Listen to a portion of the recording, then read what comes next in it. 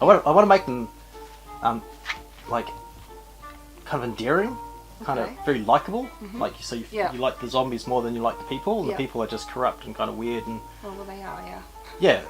Yeah, they are. Like, but that's also reality as well, especially at the moment with what we're seeing. So it's actually really topical. Yeah. Like, it was really good doing it at that point. Well, all that Trump and Clinton election stuff's happening. I was reading the script last night. I said, "Oh, we're waiting for that all to finish so you can." No, I was literally doing it while it was all happening. Oh wow! And one of the guys that sort of applied for it said, "Oh, you should say this about Trump at this point with war," and like you know, because one's talking about Hitler, and he's saying, "Oh, you know, you can bring in the Trump thing." Yeah. Okay, that's great. I'm gonna run with that. Yeah, no, that's good. Right down to that conversation with Donnie on the phone and. And what was the role that you were interested in? I really liked the nanny. You like the nanny role? I also like Tabitha, but the nanny is quite appealing. I didn't realise. I nanny part time. I quit my full time job over a year ago now because I went back to full time work to do the whole grown up thing 9 to 5, and I was like, I really don't like it. It's not me. So I've had way less money, but I'm way more happier, and I'm free to do projects that I feel passionate about. And so I nanny part time, and I've worked with children most of my life, so I've found that quite cool that the nanny is kind of a bit like creaky. Yeah. Yeah, it could work like an au pair or something like this. Yeah. It just means like it feels like if they had a sort of foreign au pair, that means they got more money. Because if it's just a Kiwi person, it's like, well, you know, they're probably paying them $20 an hour. No, this person's getting paid $200 an hour because listen to that accent. Obviously, I've rushed the script because, like I say, 2 weeks ago there was no script, and like 3 days ago there was only 30 pages. Yeah, well, yeah, because I thought the first draft was like 12 pages, something like this, and then I received last night 68 pages. I was like, wow, okay. It's grown exponentially. But like I said, I'm a workaholic. It's a compulsive thing. I actually have a problem with it. Do you sleep or? No. No, okay.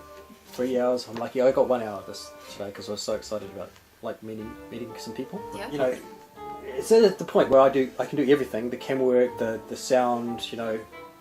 The soundtrack, I can do the music. That's crazy. You remind me of my partner. He's the same. He's a filmmaker too, and he's Renaissance man. He's able to do anything, you know. Yeah. Well, these are my paintings and those are my sculptures and you know that kind of stuff. All the things in the bathroom, are they yours as well? Yeah. So we can do this with ZOMB'D as well. Yes. We can do this with ZOMB'D. Oh yeah, that's what I was thinking. Yeah. I was thinking of like World Foundation for Peace and Divinity. With this design, we already started the design of like, anyhow, the Earth surrounded by the 4 businessmen that are the heads of the company. Yeah. With little halos, but then on the back of the shirt is the war, famine, peace, and death. Pestilence and death. yeah. And it's the same guys, but they got the little horns. Yes, yeah.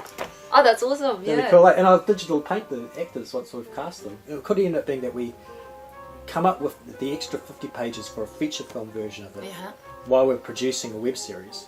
Yeah. And then we're like, okay, well, we've got a really good template. We've got a really good sketch of what we want, and we've got this other script. So then we can go for funding, because I can't go for funding if I'm going to shoot in January and February. You know? Yeah, too short. It's not enough time. Yeah. Even with the web series funding, it's like May or something is the first, and they don't get the answers till November. And like, I don't want to be waiting for a year to shoot. You know what I mean? Yeah, like, well, fair enough, yeah. And you run the risk of losing your actors and your extras and... Yeah, I mean, I won't... If it takes too long. That happened with Valley of the Succubus. I lost a lot of people because it took a year for we to start filming. And especially, I really like the way you use the... really like the way you use the news in it. Yeah. You know, it's exactly what's happening at the moment, but really at the moment, right now. It was earthquakes and Trump and it was all the shit. Well, it's because I was writing it while the earthquakes and stuff were happening, and Trump was getting elected. Like, you know, it's all happened in the last fortnight. All that stuff has been happening. But at the same time, I've been ranting about this stuff, like to nobody. So often, if I get a rant, like the flag rant. I'll write like 5 pages and stick it in a file and just put it on my computer. And all of a sudden I'm like, I'm just going to grab that rant and see if I can put it in the script. You know what I mean? Or like my getting pissed off about Nestle's, like trying to turn water into a product. You know what I mean? Yes. And privatize it. Yeah. All that kind of shit. It just makes me so angry. And I want to talk about it. Yeah. And all of a sudden I got this opportunity. This is more about politics. It is, completely. And society, Yeah. you know, than it is about zombies or the apocalypse. It is, because they are actually very secondary in the story. Yeah, they are completely omnipresent, secondary. but they are completely secondary. I also like the nun, actually. Oh, the nun's cast, though. I wrote that specifically for my friend. Oh, okay. Right, like, because, like, she didn't exist in that first, like, you know, version that you got, right? Yeah, that's right. And at that point, Sandra says, because she's in Denmark, she's like, I really want to be part of this. And I'm like, wow, I don't want to be any of these characters that I've already sort of auditioning for. Yeah. Because then there's a chance you won't get it.